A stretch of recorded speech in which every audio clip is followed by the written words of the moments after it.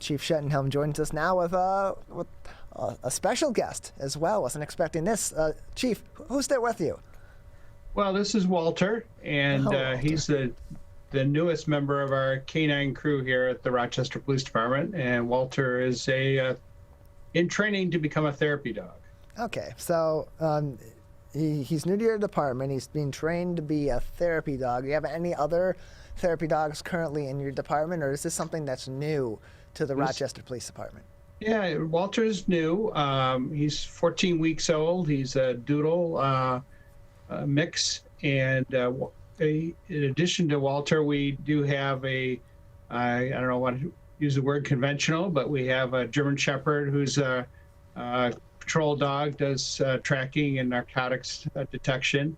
And then we have Pearl, who is a explosive detection dog. So Walter's job is going to be primarily in schools, visiting nursing homes, keeping the officers company here as well, and just putting smiles on people's faces.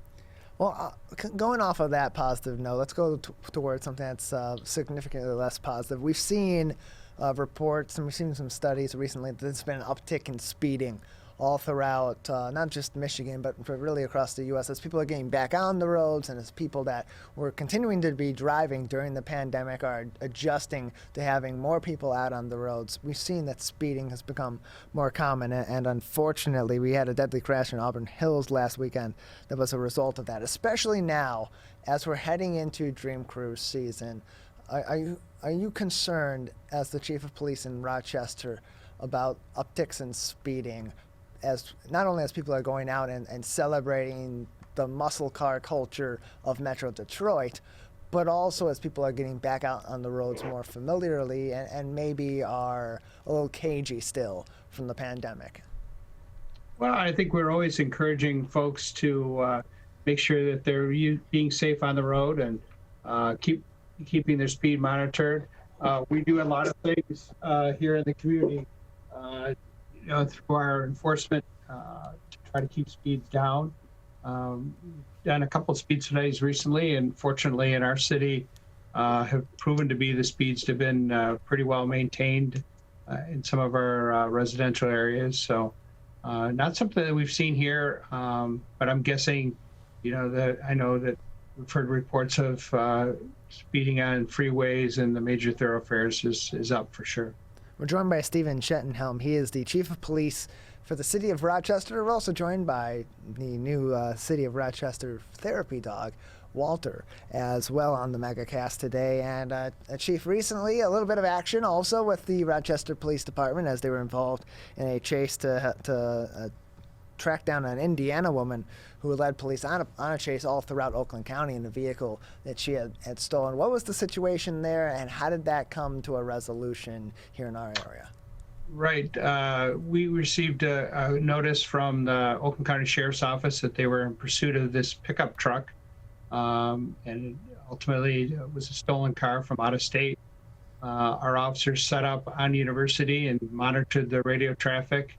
And rather than getting involved in the pursuit per se, they were able to put out stop sticks, and those are devices that will flatten the tires on the suspect's vehicle. And they were able to get those out into the roadway and puncture tires on the suspect vehicle. And shortly thereafter, the vehicle did come to a stop, and the person was apprehended, and there were no injuries. And really as successful as something and as dangerous as that can be, we certainly appreciate when it can come to that type of conclusion.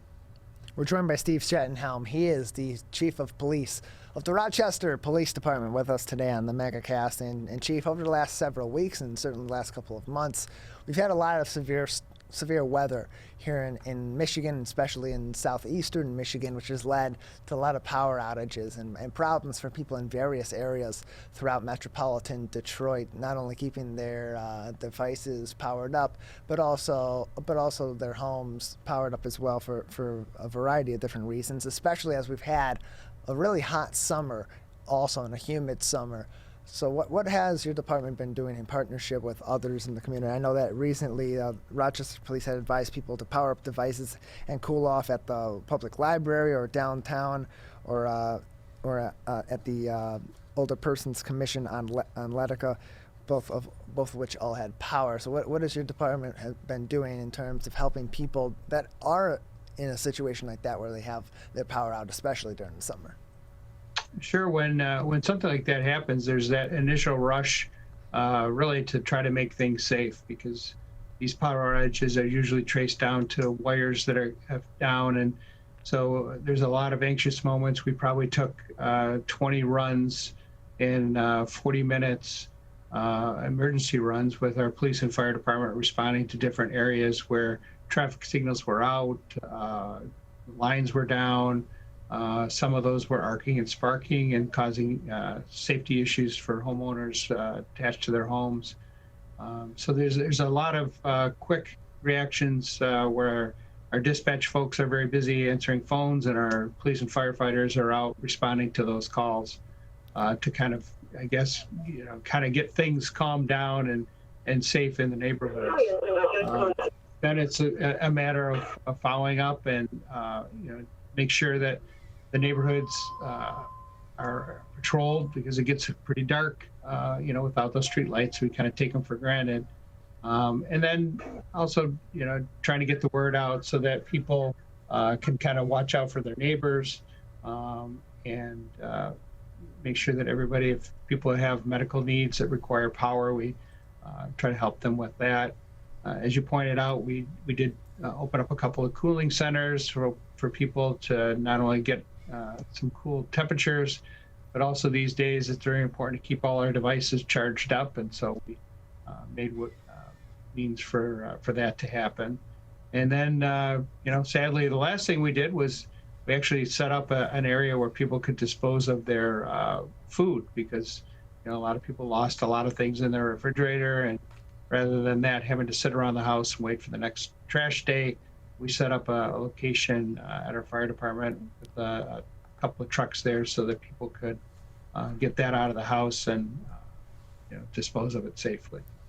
Steve Schettenhelm joins us. He's the Chief of Police of the City of Rochester with us today on the MegaCast. Chief, just another couple minutes with you before we say goodbye today. Is there anything else that would be important for residents and visitors of Rochester to know at this time?